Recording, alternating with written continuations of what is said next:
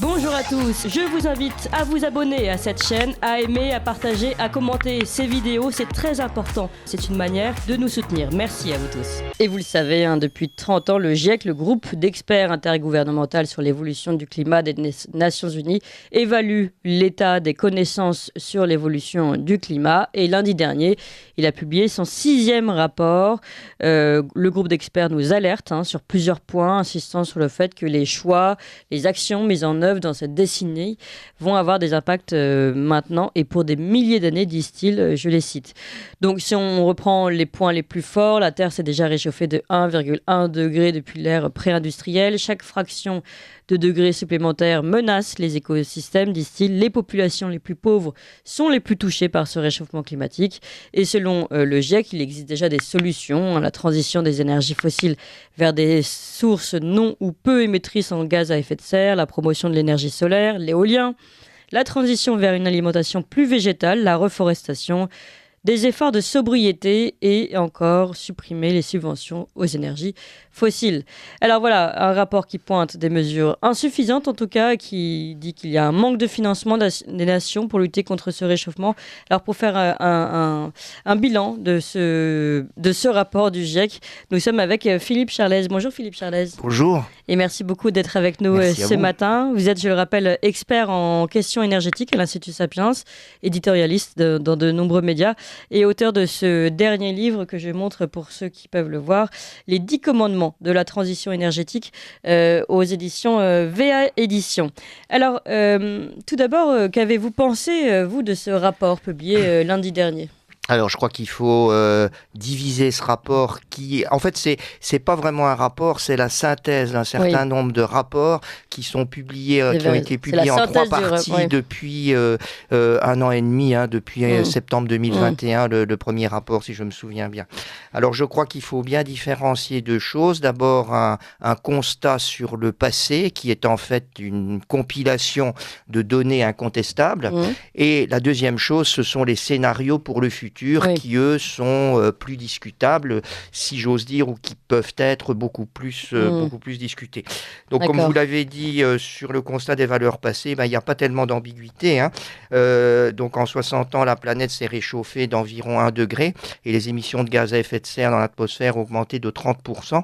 La vitesse de ces 2 paramètres, donc l'augmentation de température, l'augmentation de gaz à effet de serre, sont extrêmement rapides, sinon, je vais dire, sans aucune comparaison avec ce qu'on peut observer dans le passé. Et donc, ces phénomènes sont trop rapides et trop intenses pour être d'origine naturelle et non pas d'origine anthropique, puisque, selon le GIEC, le niveau de température est le plus élevé atteint depuis 2000 ans. Et celui du CO2 le plus élevé depuis 2,5 millions d'années, puisqu'en fait, grâce aux carottes de glace, on peut mesurer les teneurs en CO2 dans l'atmosphère sur de nombreuses années. Donc, selon vous, si on s'arrête sur ce point 2 secondes, il est clair qu'il y a une responsabilité humaine dans ce réchauffement. Oui, alors, comme vous le savez, moi, je ne suis pas climato-sceptique, donc je suis tout à fait convaincu de cet effet. D'ailleurs, le GIEC insiste, il y a eu des calculs qui ont été faits pour essayer de voir si d'autres phénomènes pouvaient induire ou pas une augmentation de température, notamment les volcans d'un côté et les effets solaires de l'autre. Et manifestement, alors il y a un petit effet, mais qui est marginal, qui est de l'ordre de 0,1 degré. Donc, ce qu'on peut dire aujourd'hui, c'est qu'il n'y a pas d'ambiguïté de ce côté-là. L'augmentation de température est bien due aux émissions de gaz à effet de serre et il y a bien une relation de cause à effet entre les deux. D'accord.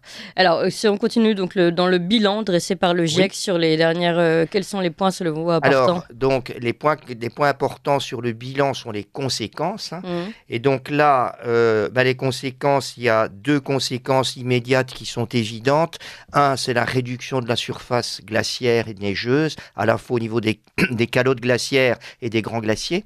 Et deuxièmement, l'augmentation du niveau des océans, avec 2 effets. D'abord, un effet de dilatation thermique, l'augmentation de température dilate l'eau et donc le niveau s'accroît. Et deuxièmement, la fonte des glaces elle-même, le volume d'eau prend plus de volume que la glace elle-même et donc ça crée une augmentation du niveau de la mer. En dehors de ça, il y a les phénomènes météorologiques induits. Alors, il y en a deux qui paraissent assez bien corrélés au réchauffement, sont les vagues de chaleur et l'accélération des précipitations, donc des pluies. En revanche, la corrélation entre le réchauffement climatique et les sécheresses, les incendies et les cyclones tropicaux, ça n'est pas vraiment avéré.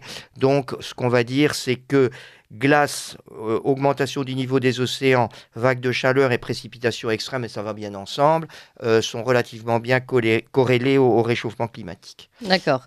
Donc ça, c'est pour finalement le constat. Et ensuite arrivent leurs solutions. En fait, les solutions. Enfin, ce n'est pas des solutions, ce sont les scénarios, c'est-à-dire on sait ce qui s'est passé, on arrive à peu près à reproduire le passé. Maintenant, que va-t-il se passer dans l'avenir? Et donc là, c'est à partir de modèles mathématiques, et donc c'est là qu'on peut se poser plus de questions quant aux incertitudes, on va y revenir. Et donc, le GIEC a en fait simulé, on va dire globalement, 4 scénarios. Un scénario de 1,5 degré qui nécessiterait de décroître les émissions de gaz à effet de serre pratiquement à zéro jusqu'en 2050, donc il faudrait qu'elle décroisse dès maintenant. Un deuxième scénario qui est plutôt à 2,7 degrés et les émissions sont stabilisées jusqu'en 2050 et sont décroissantes après 2050, puis des scénarios beaucoup plus catastrophistes à 3,7 et 4,5 degrés. Pour faire simple, 3,7 voudrait dire que les émissions sont doublées d'ici 2100 et à 4,5, elles sont triplées d'ici 2100. Et le scénario le plus probable est le scénario numéro 2. On a très peu de chances d'atteindre le scénario numéro 1, c'est-à-dire de maintenir la température sous les 1,5 degrés. Les températures à peu près envisagées seraient 1,5 degré en 2030, 2 degrés en 2050 et 2,7 degrés en 2100. Et donc, évidemment, ce scénario renforce un peu les conséquences et les constats. Donc, aggravation de la fonte des glaces avec notamment l'océan glacial arctique qui serait libre de glace, donc c'est-à-dire la circulation maritime serait possible avant 2050. Poursuite de l'élévation du niveau de la mer d'environ 0,7 mètres en 2100. Hein. Il y a certaines ONG qui parlaient de 15 mètres, ça c'est pas sérieux. Aggravation également des vagues de chaleur et toujours pas vraiment de conclusion quant à l'impact sur les sécheresses et les incendies. Et il y a un point que je n'avais pas mentionné, c'est un renforcement des inégalités nord-sud, c'est-à-dire que, on va dire qu'essentiellement l'Afrique et le sud-est asiatique sera beaucoup plus touchés par le réchauffement climatique que les régions tempérées, notamment d'Europe, sur divers points, notamment les risques hydriques, donc de manque d'eau, et également sur la chute des productions alimentaires, beaucoup plus élevées au sud qu'au nord. Voilà à peu près, je vais dire, résumé. Il y a 5000 pages, donc on ne va pas les résumer en 10 minutes, mais voilà à peu près ce qu'on peut dire du constat. J'ai essayé d'être le plus synthétique possible. Oui, non, mais c'est très clair, en effet.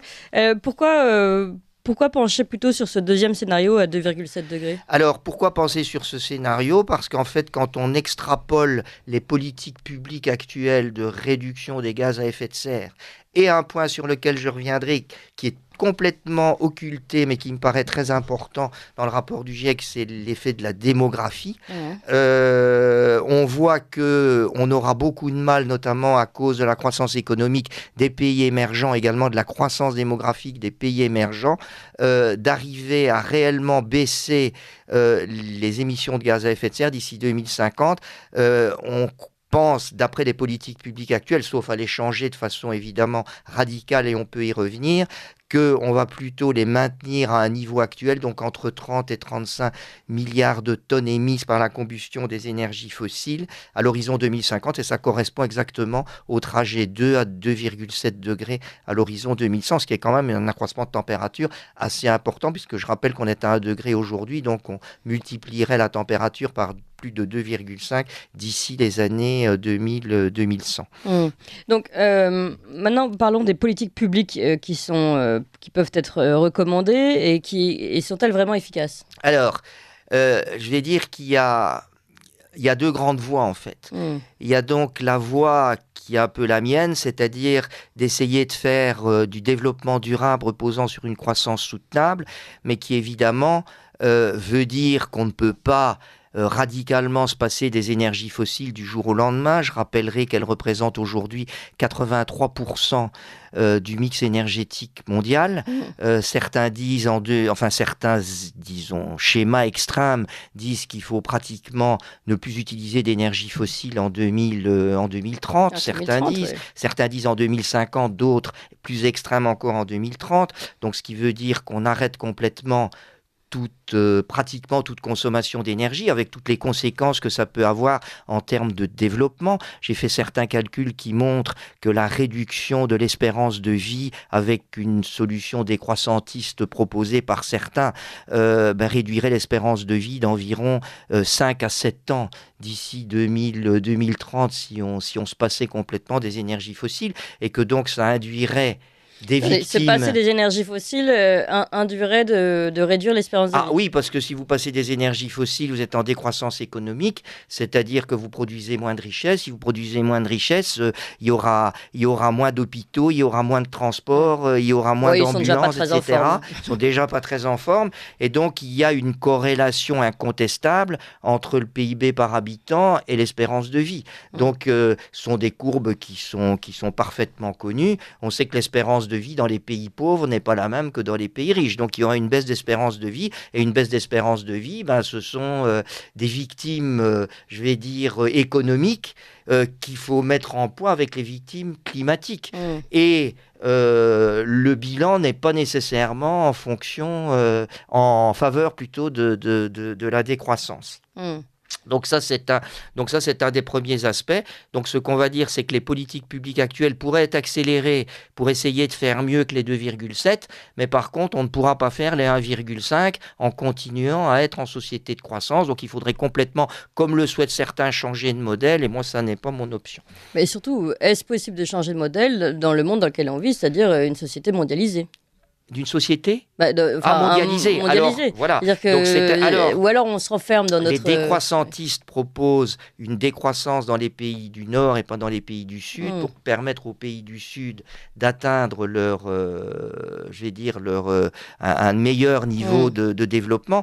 Mais comme aujourd'hui, les pays du Sud représentent déjà 65% des émissions et représenterait dans ce cas-là 90% des émissions à l'horizon 2050, en fait, on serait un peu harakiri pour des résultats qui ne seraient pas extrêmement patents. Et c'est là que je reproche un peu au GIEC de ne pas du tout parler de démographie, parce que évidemment c'est un sujet qui est un petit peu tabou.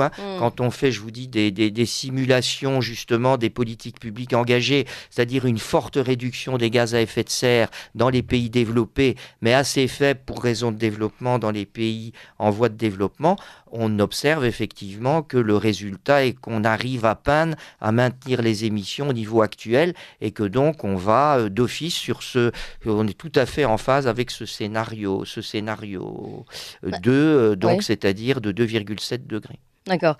Et alors aussi, on se repose sur votre voix à vous, parce que vous disiez, voilà, c'est une voix de certains, on va dire, de décroissance. Moi je ne suis pas dans la voie de décroissance. Tout à fait, et c'est pour ça que je dis, c'est pas la vôtre. Quelle est pour vous donc moi, ce que je dis, c'est que moi je reste un défenseur irréductable du développement humain.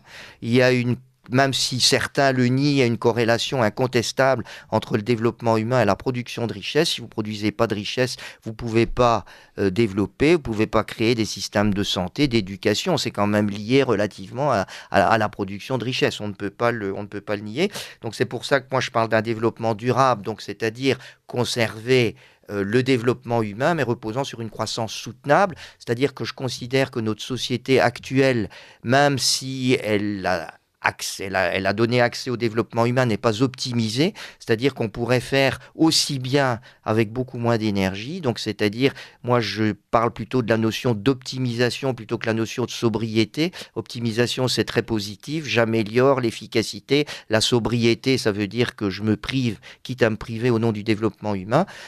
Et ce développement durable reposant sur une croissance soutenable, à mon avis, on a les outils pour le faire. Je n'ai rien contre les renouvelables. renouvelables, ils ne peuvent pas se suffire à eux-mêmes. Il faut donc derrière redévelopper la filière nucléaire. Il faut substituer... Il y a un texte de loi qui est en train de passer en ce moment à l'Assemblée sur le sujet. Il faut autant que possible dans les pays émergents que progressivement, ils ne peuvent pas tous se mettre au nucléaire, mais il faut essayer de substituer le charbon qui est très émetteur. 75% du charbon mondial est consommé par les pays émergents, éventuellement par du gaz comme énergie de transition.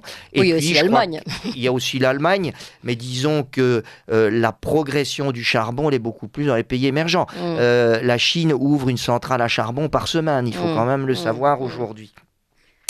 Et donc, moi, je ne suis pas prêt à soutenir, donc, au nom du climat, cette aventure décroissantiste, d'autant, et je terminerai peut-être par là, qu'il y a un certain moment, et je vous en avais déjà parlé, une certaine instrumentalisation du climat, c'est-à-dire qu'on utilise un petit peu disons, on se repose sur une espèce de collapsologie, si radicalement on ne change pas de société, la race humaine va disparaître dans 4 ou 5 ans. Si c'est le cas, on n'a même plus besoin de discuter, d'ailleurs ça ne sert plus à rien, pour remettre au goût du jour une société marxiste égalitariste qui ne pourrait, à mon avis, nous conduire qu'à la pauvreté absolue. Et sur ce sujet-là, je suis très étonné de voir certains membres éminents du GIEC être en même temps sympathisants de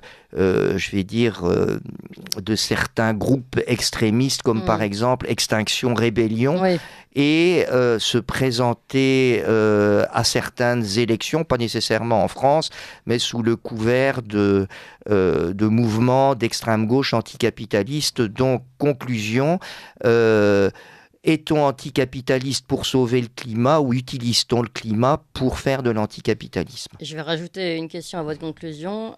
Finalement, d'après ce que vous nous dites, une centrale à charbon qui ouvre en Chine tous les jours, c'est ça ? Non, toutes les semaines, il ne faut pas exagérer. Non, mais bon, ce sont déjà des chiffres énormes. Le Sud, qui de toute façon, pays en voie de développement, risque de consommer de plus en plus. Comme vous dites, est-ce qu'on n'est pas en train d'appliquer une forme de sacrifice ou d'autodestruction de nos propres pays, de nos propres... réduire les émissions d'effet de serre de la France, qui sont déjà très basses, puisqu'on est presque un champion mondial des émissions de gaz à effet de serre, sur le plan du climat, ça ne sert absolument à rien. Mais disons que encore faut-il quand même essayer de montrer l'exemple. Mais la raison principale, elle est là. Aujourd'hui, réduire sur le plan mondial les émissions de gaz à effet de serre, la France, c'est 1% des émissions de gaz à effet de serre mondiales.